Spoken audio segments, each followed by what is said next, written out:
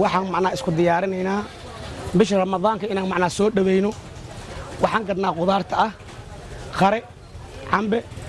iyo qumbe isbaandhees sida liin bambeelmo intaas ayaan kala gadnaa waxaan hadda xawligan aan u keenay inaan macnaa soonka soo dhawaashiis insha Allah hadduu alla raali ka noqdo hadduu alla raali ka noqdo soonka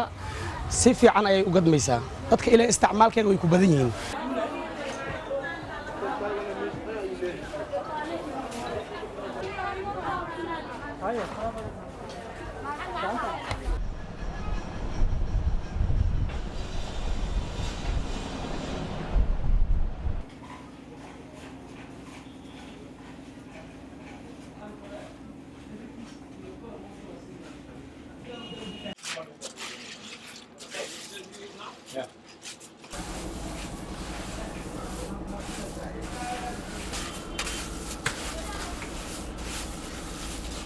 waqtiga Ramadaanka uu soo dhaweeyay waxa laga faa'iideystay aad qaxwooyinka